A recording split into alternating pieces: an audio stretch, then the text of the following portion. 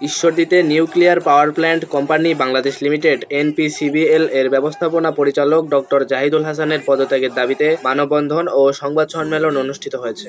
মঙ্গলবার বিকেলে ঈশ্বরদী উপজেলা গেট এলাকার এক রেস্টুরেন্টে এ মানববন্ধন ও সংবাদ সম্মেলন অনুষ্ঠিত হয়। এতে প্রতিষ্ঠানটির শতাধিক কর্মকর্তা কর্মচারী অংশ নেন। সংবাদ সম্মেলনে ডক্টর জাহিদুল হাসানের বিরুদ্ধে চরম অদক্ষতা, প্রশাসনিক স্বেচ্ছাচারিতা, প্রাতিষ্ঠানিক স্বৈরতন্ত্র, দুর্নীতি, অনিয়ম ও মানবিক অব্যবস্থাপনার অভিযোগ তোলা হয়। লিখিত বক্তব্যে সিনিয়র সহকারী ব্যবস্থাপক ফাহিম শাহরিয়ার তুহিন জানান, প্রকল্প পরিচালক হিসাবে অতিরিক্ত ক্ষমতা গ্রহণ করে তিনি প্রতিষ্ঠানটির একক কর্তৃত্বে পরিচালনা করছেন। অভিযোগ রয়েছে, কর্মকর্তা কর্মচারীদের ন্যায্য দাবিতে কোনো সাড়া দেন না, বরং হয়রানি করেন। এমনকি প্রকল্প এলাকায় স্বাস্থ্যসেবা, নিরাপত্তা ও ন্যূনতম সুযোগ সুবিধা ঘাটতিও রয়েছে বলে অভিযোগ করা হয় সংবাদ সম্মেলনে। এ সময় উপস্থিত কর্মকর্তা কর্মচারীরা ডক্টর জাহিদুল হাসানের অপসারণ, সার্ভিস রুল প্রণয়ন, সিপিএফ স্বচ্ছতা সহ বিভিন্ন দাবিতে স্লোগান দেন। আজকে আমরা এখানে উপস্থিত হয়েছি যে বিষয়ে, সেটা হচ্ছে আমাদের nuclear power plant company Bangladesh লিমিটেডের ব্যবস্থাপনা পরিচালকের চরম অদক্ষতা, প্রশাসনিক স্বেচ্ছাচারিতা, প্রাতিষ্ঠানিক স্বৈরতন্ত্র, দুর্নীতি এবং অনিয়মের অব্যবস্থাপনা নিয়ে কথা বলতে।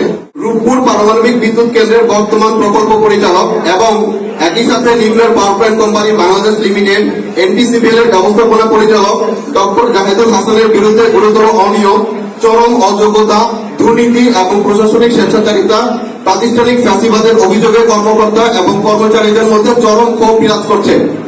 এই স্বেচ্ছাচারিতা, অদক্ষতা, অব্যবস্থাপনা এবং পরিচালকের স্বেচ্ছাচারিতার বিরুদ্ধে এনপিসিবিএল এর সর্বস্তরের কর্মকর্তা কর্মচারীবৃন্দ বরাবরই সোচ্চার ছিল এবং এরই ধারাবাহিকতায় বিগত 9 দিন 28 এপ্রিল থেকে 6 মে অবস্থান কর্মসূচি পালন করেছি।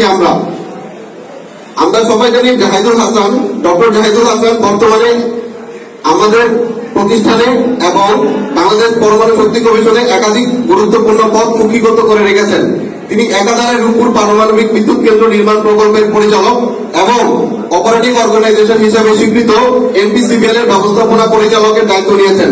সেই সাথে মানব সম্পদ প্রধান হিসাব কর্মকর্তা এবং অর্থ ও প্রশাসনিক কর্মকর্তা এবং স্টেশন ডিরেক্টর সহ সকল গুরুত্বপূর্ণ পদ একাই দখল করে রেখেছেন, যা একটা বিদ্যুৎ কেন্দ্র অপারেটিং কোম্পানির ক্ষেত্রে নজিরবিহীন।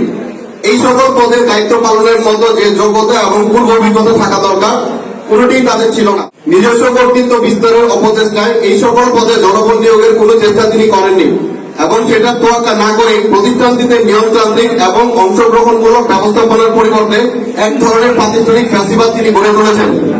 প্রায় 1 দশক আগে এনপিসিবিএল গঠিত হলেও আজ অবধি কোন প্রাতিষ্ঠানিক সার্ভিস রুল প্রকাশ করা হয়নি। ফলে নেই কোনো অর্গানোগ্রাম, দায়িত্বের সুষম বন্টন, পদোন্নতি এবং সেই জন্য জেগে বসেছে একগুচ্ছ গ্রেড বৈষম্য, বেতন বৈষম্য সহ অন্যান্য বেসিক সুযোগ সুবিধা থেকে বঞ্চিত হচ্ছেন কর্মকর্তারা।